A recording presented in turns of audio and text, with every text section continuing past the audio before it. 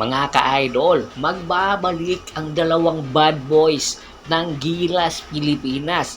Ito nga ay si Calvin Abueva at Terence Romeo na kung saan gagamitin nga sila ni Coach Tim Cone sa paparating na Asian Games na gaganapin sa China.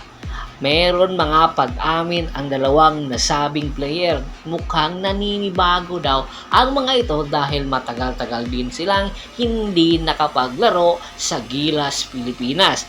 At ayon nga sa report, si Calvin Abueva merong iniindang problema. Opo, at malabong makapaglaro sa Asian Games pero kakayanin daw niya para makapaglaro. Ayon nga mismo sa kanyang agent na si Marvin Espiritu, si Calvin Abueva ay meron thumb injury na kung saan na-dislocate ang kanyang thumb.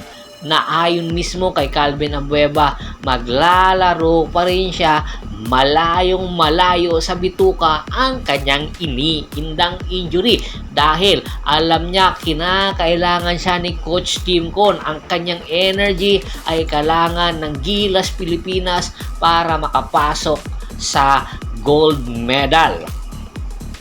Samantala, si Terence Romeo naman, matagal din hindi nakapaglaro para sa Gilas Pilipinas at inaasahan maninibago ito, kaya naman kinakapapa niya ang sistema na meron si Coach Tim Cone kung ano ang posible niyang ipakita para sa Gilas Pilipinas. Pag-amin niya kung anong ibinigay na role sa kanya ni Coach Tim Cone, ayun lang ang gagawin niya. Pero kung kinakailangan pumuntos, ay pupunto siya at ipapakita niya ang kanyang 100% na best. At ayon din mismo kay The Bro Terence Romeo, para siyang rookie dahil nga sa tagal ng panahon nakapagpahinga siya nang hindi naglalaro sa Gilas Pilipinas.